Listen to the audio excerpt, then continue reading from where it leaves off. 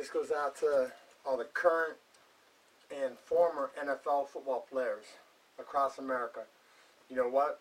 You guys should pay attention because I've discovered an upgrade to the Kama Sutra called the violin. It takes women to about an orgasm a minute as long as it's played correctly. Correctly. Yin and yang, like the G-spot, okay? Or the G-spot, like the yin and yang. Pressing on both dots, inside and up, on top of the belly, stimulation, like a violin, action, and then clitoral stimulation. Takes women to about an orgasm a minute. That's a big one. And, yeah, stevia, the sweet cure, making it so I can sit on my ass, eat like a pig, and you know what? I'm leaner and explosively faster than I was when I make the play. And as a matter of fact, Lawrence Taylor and Dick Butkus and Ray Lewis, three of the greatest. You know what? I say that the play speaks for itself. If it's not for the evil of Lou Holtz and Notre Dame firing me for making one of the greatest stops in the history of Notre Dame defensive football, I'm in the NFL, man. And you know what? That gives me a platform. So when I make these discoveries, it's a done deal. It's already global. And fact, not fiction, I stack up, did I already say this? 4 of my plays against the very best. The play speaks for itself. Covering Alan Pinkett on practice film, okay? Shutting him down man for man in the open field. Couldn't get open. I was faster than he was. Let's see, the Steve Taylor play. Smashing him in the mouth in the middle of the field and then beating him to the sidelines. And then Alexander Hamilton, speedy black quarterback going for a touchdown. I catch him from behind my sophomore year. They could put jets on my feet, gentlemen. Tattoos. And I would get away with it, okay? And there's a story because one of the greatest that could have ever been at linebacker quits that game because of coaches that deserve to be killed, like Jerry Sandusky. Seriously. So what I'm saying, gentlemen, is that maybe you should look at your fame as a potential vehicle for saving millions of lives and potentially life on this planet as we know it, okay? Fact, not fiction. Google petroleum gasoline is 14 hydrogens combined with 6 C's, carbons from dinosaurs, fossil fuels. It's actually brown water gas that we're vaporizing, comes out smog out the tailpipe. We're vanishing water on this planet.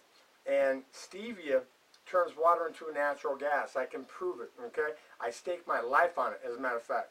I was going to say, I put on my white skin because of my 3.5 months in Folsom Ad-Seg prison, Johnny Cash. Yeah, you know what? They can make movies about me that many people would pay to go and see because they're true. And I would be willing to donate 95% of the profit to feed the homeless and the hungry. Just like Jesus and Robin Hood would do. I'm saying that we should wake the fuck up, okay? America is holding the rest of the world at the barrel of a gun and an atomic bomb, spreading the joys of democracy and freedom and capitalism, okay, because it's worked so well, here in this country, and we're using Jesus' name to do it when he was the ultimate pacifist and he was a socialist. He wanted to feed all the hungry and the poor, okay? And that's one of the first things that I'm going to do when Pure H2O. Seriously, NFL football players, get some stevia, dust it underneath your tongue. It's going to give you a huge surge of energy. You're going to immediately lament the fact that you didn't know about it before games because it would power you. And then put it in water and blend, and all the toxic, warning, danger, caution chemicals that are killing this planet and killing us slowly, they float like white soap. Easy to get it out. I blend what's left over, and a write-off cat comes back from the dead in the perfect health. Peachy, look it up, miracle, fact not fiction. And Bob Johnson, my uncle, vanishing 62 pounds of obesity and 6 breast tumors in 4 months. Bottle that up, gentlemen, and sell it. And you know what? I could pay reparations on 40 acres and a mule within a year, guaranteed. Think about it. If I can make a liquid that I stake my life on, the fact that it acts like the cure, like the fountain of youth, what will be in the future sold as holy water, or called it, across this planet, it'll become the most sought after drink on the planet. Even if we sell it for only $1 a gallon, since everybody needs about a gallon a day, I'm going to be a godzillionaire, okay? I'll be able to do anything that I want, fulfilling the vision, Muhammad Ali, that I had after I talked with you. Do you remember? Before the bingo bouts, when I was telling you what a crock of shit. We're always feeding the poor in another country, but we don't give a fuck about the people in our own country. Okay, that's how the rich do it. And how I would like to change things and do it different. And can you imagine my thought processes hitting the NFL if I'm a white boy that can cover black guys man for man? According to Tony Rice, was it? I ran like a Carl Lewis and hit like a Mack truck, and I was the only one that he feared. Well, you know what? Imagine me saying all these things on national television. That's why they set me up at Notre Dame, along with the fact, Digger Phelps, that I overheard you talking with Jerry Phelps, Mal Moore was it, and the defensive coordinator, about how they basically had set Jerry up on purpose for failure. Treason, okay? We can make a movie like Jerry Phelps as Custer and you as his lieutenant generals, and me walking up and popping you in the fucking back of the head or in the dome. You know, same thing. Treason, man.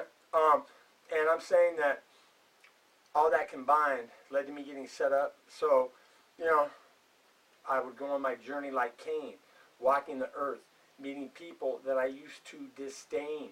Seriously, I used to hate bikers. Didn't know any of them, but they thought they were so bad. Came to find out they're some of the finest people on the face of the earth, all right? And I didn't know that when I was leaving the secular, insulated world of an elite athlete. And Sean Dunn, make no mistake, dude, your genetics are shit, okay? They should be flushed down the toilet. Look at yourself in the mirror. That's why you're a hater. It's envy, okay? Mine, look at the play. The fact that I wasn't a towel boy at Notre Dame like you would have been at best. The fact that if it's not for the evil of Holtz, I'm in the NFL, dog, and you already know me, okay? As a matter of fact, yeah, I'll beat you damn near to death, dog, and it'll be a good thing for you that there will be a ref there to stop it, because I will own you. And getting back to the NFL football players, fact not fiction, Dan Quinn has discovered how everybody in America can be lean, healthy, and ripped, and all President Obama has to do is outlaw the toxic sweets that are killing us, okay? Stevia, it's the cure. I've upgraded the violin, or I mean the Kama Sutra with the violin, and fact not fiction, gentlemen, I'm going to be rich enough to retire you and your entire families in lavish fucking style if you use your celebrity to help herald my miracles to the world, okay? The violin works, so anybody in the NFL that actually eats pussy, you should do it. And Ben Roethlisberger, what I'm saying to you, okay, this is a promise. It's a fact. If I had the money the Pittsburgh Steelers had backing me at Notre Dame, I would have been a godzillionaire, okay, at 20-something, choosing any school in the country that I want to play football, because I got set up for an attempted rape that the priest's testimony of the hall proved I didn't do, okay? I didn't have that money. Even though there's millions in my family, they chose money over me. Typical story.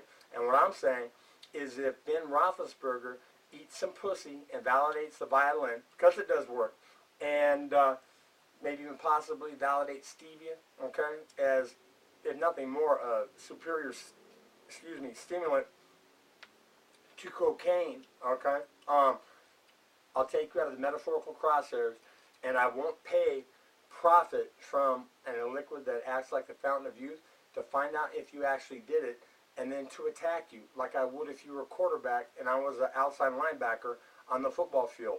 See the play, see me putting people out of games with concussions, dude, because I did hit like a Mack truck, okay?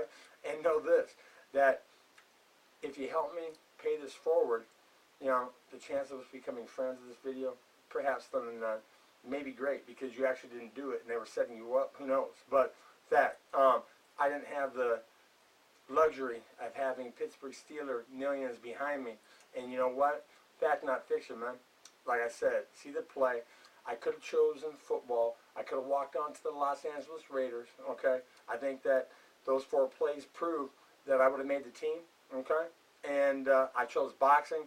Wanted to come out bigger and better and badder than Tommy Morrison. Got Rodney King, part of the story of my life that would sell. And gentlemen, what I'm saying is wake the fuck up, okay? When these miracles get famous, things are about to change in a huge and very good way for everybody. If I was the richest man on this planet, what I would do with 95% of the profit, is make sure that everybody had enough. Why the fuck would I need billions in a bank account? They do me no good, okay? I would spread the wealth around. Ask my wife, okay? I used to share, okay? And, you know, that might have been one of the reasons why we ended up breaking up. Anyways, yeah, share her, okay? Anyhow, back to Lawrence Taylor, Dick Butkus, Ray Lewis. I say the play speaks for itself, and at the very least, you three gentlemen should listen to me, okay, and validate one of my miracles to make up for the evil curse that I suffered at Notre Dame, and to save millions of lives, and to become perhaps three of the richest men on the planet, right? Can you imagine you filling in your own blank check from a liquid that acts like the fountain of youth? It's within your grasp, gentlemen, and I hope you take it. Peace out.